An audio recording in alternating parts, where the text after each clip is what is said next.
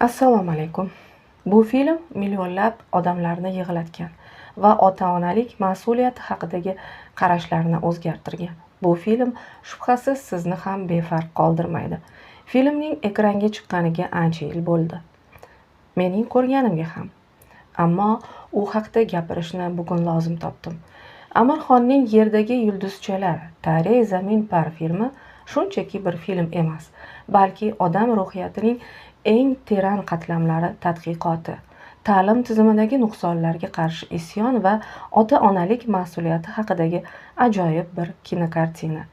Bu film ekranga chiqqandan buyon minglab, millionlab odamlarni o'z hayotiga va atrofidagi bolalarga boshqacha nigoh bilan qarashga majbur qildi.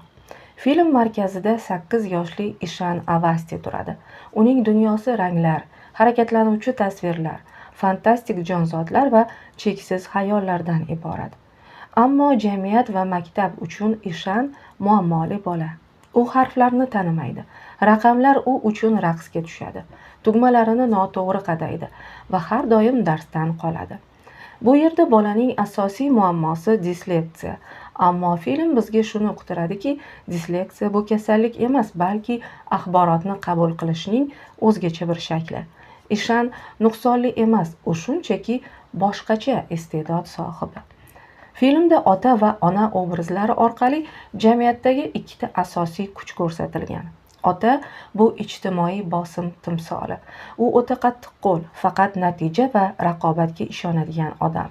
U uchun farzand jamiyatda yuqori o'rin tutishi kerak bo'lgan bir loyihadek gap. U Ishanning ichki olamini ko'rmaydi va uning qiyinchiliklarini erkalik deya baholaydi. Ona u chorasiz mehr va ojizlik timsoli. Onasi Ishanning eng yaqin suyanchi bo'lsa-da, u ham tizim oldida ojiz. U bolasini yaxshi ko'radi, uning azob chekayotganini ham sezadi, lekin erining keskin qarorlariga qarshi chiqa olmaydi. Bu ojizlikning sababi bilimsizlik, qo'rquv. U ham disleksiya nima ekanini bilmaydi va farzandining kelajagidan qo'rqqani uchun ham uni maktab-internatga yuborishga rozi bo'ladi. Filmning eng og'ir va yurakni tirnaydigan qismi Ishanning internatga tashlab ketilish sahnasi. Bu yerda Ishan o'zini haydalgan va keraksiz deb his qiladi. Uning nazarida o'qishni bilmagani uchun oilasi undan voz kechdi. Ona qo'shig'i ostida kechadigan xayrlashuv sahnasida onaning ko'z yoshlari. Bu o'z bolasini himoya qila olmagan. Uni yolg'izlik zulmatiga tashlab ketayotgan ayolning iztirobidir. Bu sahna bizga shuni eslatadiki, bola uchun eng katta xavf bu yaqinlari tomonidan tushunilmaslik. Shundan so'ng Ishanning ichki olami so'nib qoladi. U hatto sevimli mashg'uloti rasm chizishdan ham voz kechadi. Amir Xon ijrosidagi Ramnikub obrazi filmga yangi hayot baxsh etadi. U Ishanning muammosini emas, balki uning iqtidorini ham ko'ra olgan yagona odam. Uning yondashuvi bir nechta muhim qoidalarga asoslangan. Empatiya, bolani o'qitishdan oldin uni sevish va tushunish kerak. Ishonchni tiklash. Nikumb Ishanga o'zining kerakli ekanini va u ham buyuk ishlar qila olishi mumkinligini isbotlaydi. Shuningdek, to'g'ri misollar keltiradi. U Leonardo da Vinci, Einstein va Edison kabi buyuk shaxslar ham disleksiya bilan yashaganini aytib, Ishanning qalbidagi umid uchqunlarini yondiradi. Film yakunidagi rasm chizish musobaqasi shunchaki bir san'at tadbiri emas.